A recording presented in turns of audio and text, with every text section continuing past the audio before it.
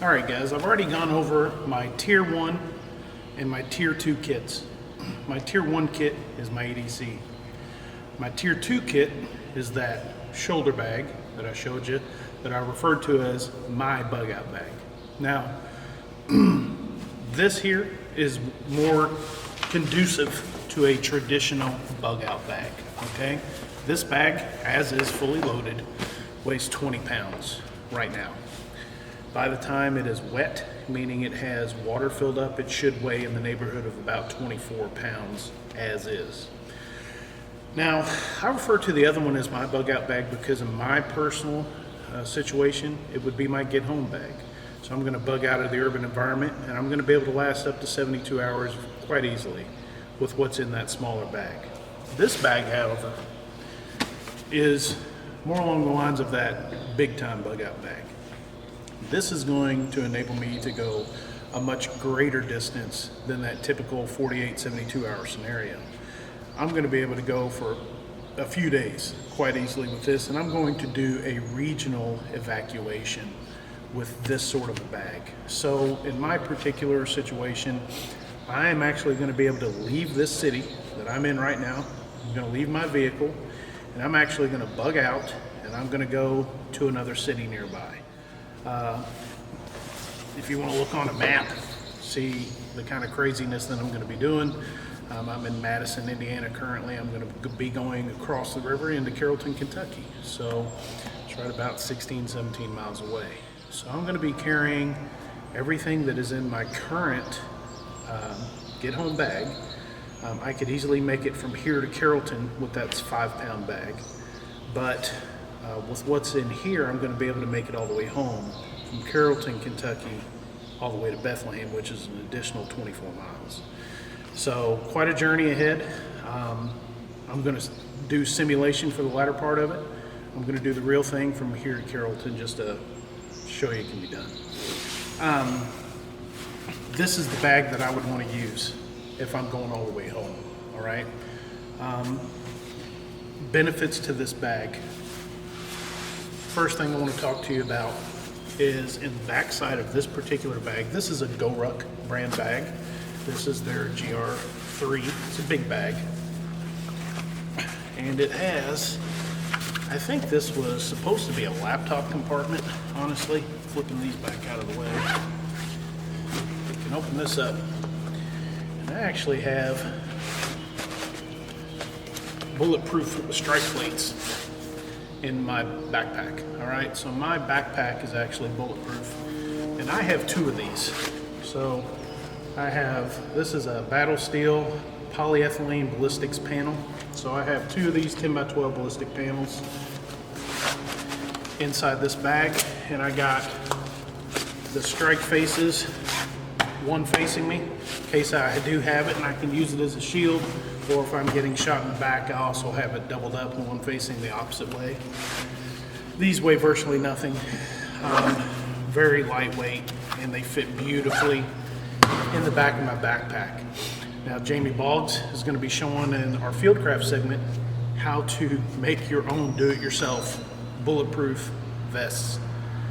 It's awesome, it's uber simplistic, and if you cannot afford the investment and you need something, that will give you an option that he will prove to you can actually do the job. So stay tuned for that and other segments, or just skip over to it. So in this bag, it's going to have everything that is in the 5-pound bag. I would take everything from that 5-pound bag as far as the kit goes, and I would just toss it in this front pocket.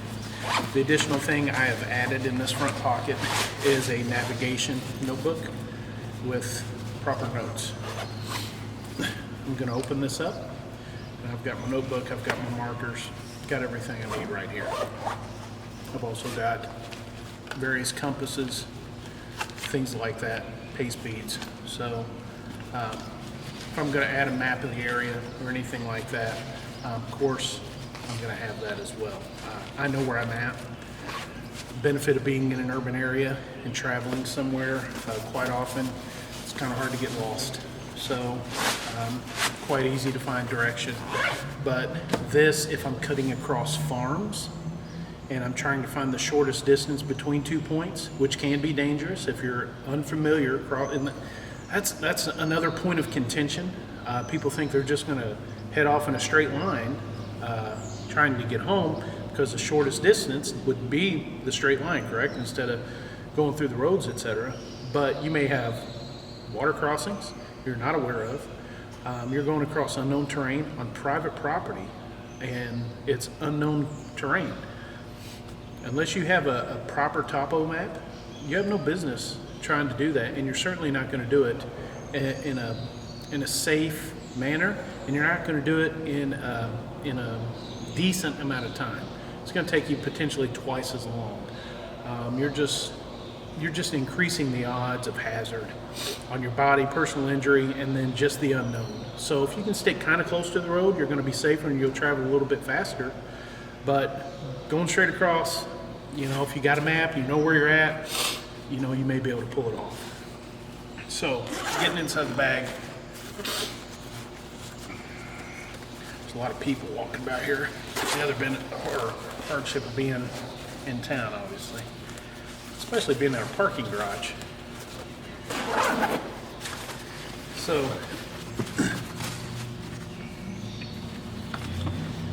I've got 2 compartments here. As I said, in this front compartment right here, in this GR2 bag, this is where I would put that 5-pound bag. So all the contents of that 5-pound survival kit, or my get home, my personal bug out bag, my get home bag, would go right in here. And then the add-on would come in right here. So in this add-on up here, I have food and hydration. The type of food that I've selected, I've got a lot of high protein, high calorie meal replacement bars. Each one of these bars is right at 300 calories per bar, and I have 9 of them in this bag. In addition to that, I've got a complete fire kit add-on with fat wood. I've got my folding saw. I'm dropping things out there. I've got a complete small roll of duct tape, Gorilla Tape. So all that's in that top pocket. Secondary pocket, let me get some of this bulky stuff out of the way. Stainless steel bottle. It nests inside of a pot. I have my lid. I have a bowl with handles, and this is titanium. And then I have the pot itself that also has handles. So this is just an insulative cup so that I could heat and actually take advantage of it right away and drink with it. So this is a nice little kit. Picked this up just on Amazon. It all nests together real nice. It's going to fit all your standards 32-ounce stainless steel systems that you have. That's what this is, 32-ounce stainless steel. This is a Wiggy's bottle, and I just put it all together in the bag, and it nests real nice. So this is going to give me the ability to cook food if I need to, boil water, etc. And I have some teas and other things I'll get to. I have a complete change of clothing. So I've got shirts, pants, I have socks, I have underclothes in here. I have a complete hygiene kit. This is soap, toothbrush, everything I need. Extra undies, extra socks. Hydration and teas. Hydration and tea and caffeine is very important to keep you going, keep you mobile, keep you in the game longer.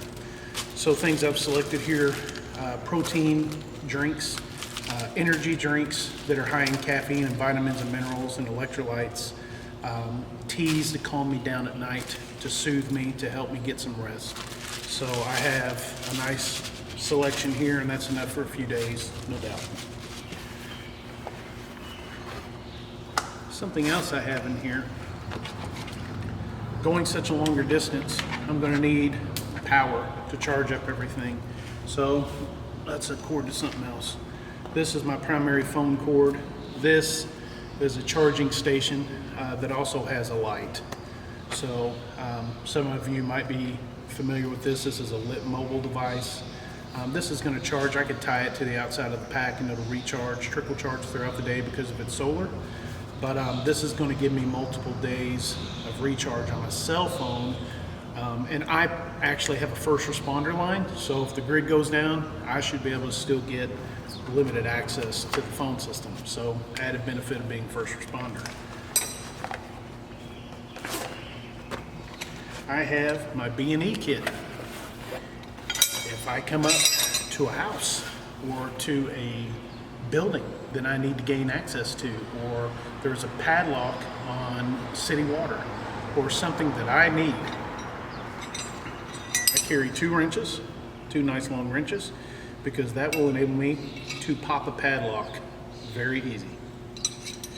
I carry some lineman pliers so I can cut what I need to cut. I can also manipulate things as needed. Carry some wire snips. These are just for a variety of different cables. These cut cable of various sizes and diameters. And then I carry a small pry bar, something very small. So all that fits in there. That's a pound-and-a-half all by itself. Of course, I have my shemagh, which is my multi-purpose bath towel, etc. And then on the inside, I have a water bladder as well. The water bladder is going to be filled up. That's my primary go-to drink. And then, of course, I'm going to rely on backups, such as boiling water. And then I would carry a full-size Grail in here as well. So I have this Grail filter, the 16 ounces of water at a time. Every 8 seconds I can be pounding down water. I'm good to go. Actually, I think this is a little bit more. It's like 20 ounces or something like that. But regardless, that's going to keep me in the game as far as hydration. If I don't want to boil water and stop and deal with all that, I don't have to. Something I dropped is my tarp. So I've got this nice 12 by 12 Silnai tarp. Going to give you all the coverage I need. So where's my blanket? Well, remember I have that 5 by 7 backpacker scarf. That's my blanket. I'm going to use that survival scarf from my other kit as the ground cover, so I can make a bow mattress or some sort of a vapor barrier. I would lay on that, cover up with the other tarp. And remember, it's not about comfort. It's about keeping in the game, staying mobile, getting home, or getting to my alternate bug out location. So in this particular instance, I'm here in the city. I'm trying to go from my primary location to my alternate bug out location. For this scenario that we're going to be working through, again, I'm in Madison, Indiana, roughly 16, 17 miles from my alternate bug out location, which is further in the hills right at the edge of Carrollton, Kentucky. It is an actual alternate bug out location for us in our group. So that's where I'm going to be trying to go to. And this is the kit that I'm going to be using to do that. I'm going to pack everything in here and we're going to make that journey. Before I go in through that though, I'm going to cover my car kit so you have a good idea of what I'm carrying and how you might be able to do the same. This is my personal vehicle, so this is what I usually drive by myself, and this is not my family vehicle. So if it's usually just me. My son's actually here behind the camera, but it's usually just me and 1 or 2 other people that are in this vehicle. So that's how this vehicle is packed. And this is my summer kit that I'm going to be showing you that is contained in this. Everything I've shown you so far is my summer kit. Obviously in the wintertime, that would suck. We're going to have a lot. We're going to need sleeping gear, cold weather gear, boots, insulation. We're going to need a lot of different things. And so I would have blankets back here. I'd have a lot of additional gear. But because we're in spring, summer, fall, thankfully it doesn't get cold till much later in the year where I live. I can omit those things and get by with a lot less for much longer. So a lot of things to consider when it goes into staging your kits. One other thing that I wanted to cover that I've purposely been omitting for the past few kit talks is my escape and evasion toolkit. And it's something I've been wearing the entire video series so far, and hopefully you have not picked up on it yet. And I'm going to show it to you now because it's right here around my neck.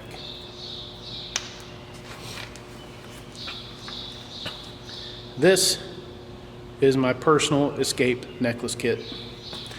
So what this is is it has on one end, it has a carbide ring. And if I take this ring and I smack it up against a window, car windows in particular, or cut across them, it's going to shatter them. I have a miniature chem light. I have a handcuff shim. I have a handcuff escape key. And then of course I have a piece of knotted Kevlar line that I can actually get my hands or feet through to saw through a piece of plastic pipe or cuffs if I'm detained illegally. This thing has bypassed so many checkpoints, it's ridiculous, because you don't even know it's there, and the signature is just minimal. You can't even see it. But anyway, I've been wearing it the entire series, and as you can see, it leaves minimal, if any, imprint so far as the clothing you wear. So something else to keep in mind. You can also wrap around as a bracelet or an anklet, or work these things into your clothing, in your belt line, in your shoes, etc. So it's something else that you can add into the mix. All right guys, so I've got my kit ready to go, make this journey. Like I said, it's about 17 miles to my alternate bug out location, and that is the national average, 16 miles one way to get from work to your home or place of business, etc. So that's about what I'm doing, and that's my middle ground stop before I get all the way back home. And like I said, from home on, it's just rough farm country where I live, so we'll take that as it comes. But anyway, wish me luck. I'm going to start this journey now. My son's with me. He's going to follow me in the vehicle, and we'll get some other shots along the path. But anyway, I'll see you later.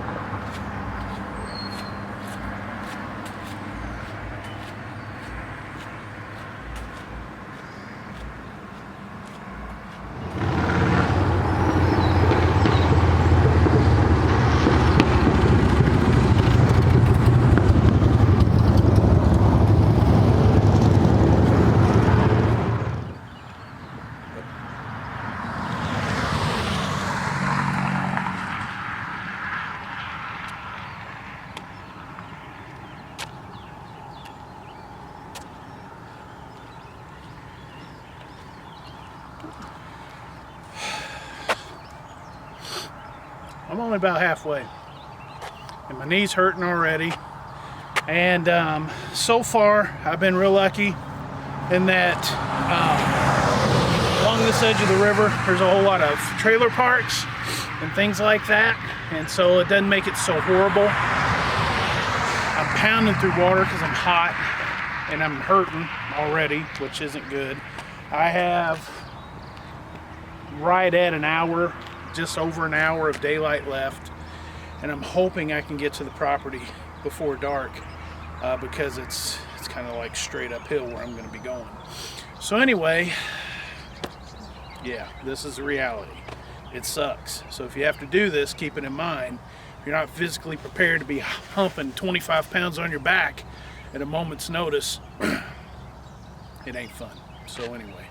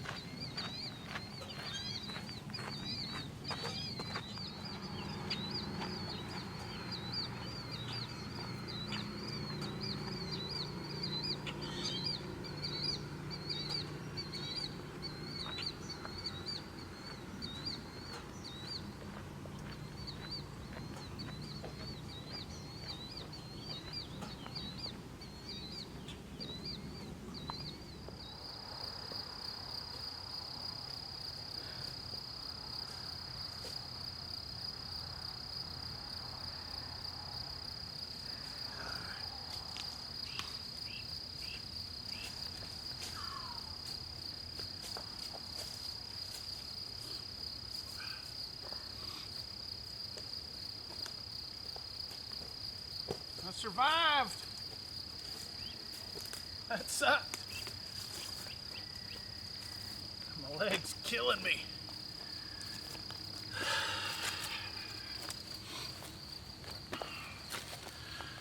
I'm wet mostly from dousing myself.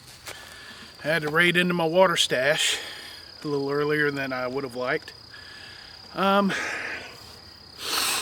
This freaking hill sucked. But I've made it. I'm at my location. It's just up here around the corner. I am, oh gosh, a couple hundred feet or more above, probably 300 or 400 feet above the river bottom, I get, or where the river is down here. It's hot, so I did it late in the day. So I knew I'd get here right around dark, just after dark. And thankfully at this location, I don't have to set up a camp. We actually have a shelter in a building. It's off grid, but there's a cot. I can go in there, relax, get off my legs. I wasn't rucking. I wasn't preparing for this. I used to ruck and train, and if you followed me for any length of time, you're aware of the kind of stuff that I do. But this was just a get up and go type thing for this, so y'all could get an idea of the issues that you're going to contend with. I can tell you what, this backpack is no fun. Like I said, it's only about 25-26 pounds. It's full of water. It was full of water. I've drank all of my water bladder, and I've gone through one whole bottle here. And like I said, you see me pouring some up, just trying to cool down. My knee is on fire. I tweaked my knee some months ago, and it's just been super slow, and this really aggravated it. So it's something to just keep in mind, guys. As you are going to engage in this type of stuff, if you are not physically prepared to endure and to just press through and get from point A to B, you're in a world of hurt. So that will take you back to that pace plan and make you reevaluate a lot of your priorities. So as I said, hold on. As I said, I'm safe for tonight, good to go. My house is a 30-minute drive. It's 27 miles as the crow flies. So if I had to get from here all the way back home, it's rough terrain the rest of the way. I can walk along the road. No way I can do it cutting in a straight line, because that would mean crossing the Kentucky River a few times. Multiple creeks. This area is full of sinkholes all through here, and the terrain is just straight up and straight down. My legs could not handle it. I know that for a fact. So as I said, I would have to, I'd be simulating the rest of this journey. You know, it's not happening for me. I can tell you now from experience, 16, 18 miles we used to walk on a regular basis. To get up and move the next day was a chore, and the thought of getting up and doing that again, you know, even after months of training, it was a task for us to get up and to keep going. So it's something you got to work your way into, and you got to stay in shape for that and train yourself for that. This I can get up and do it again in the morning. I just need to get off my leg for a few hours and I'll be good. I can get up and move some more, but something I definitely got to contend with. So anyway, guys, thanks for keeping up. See you in the next segment.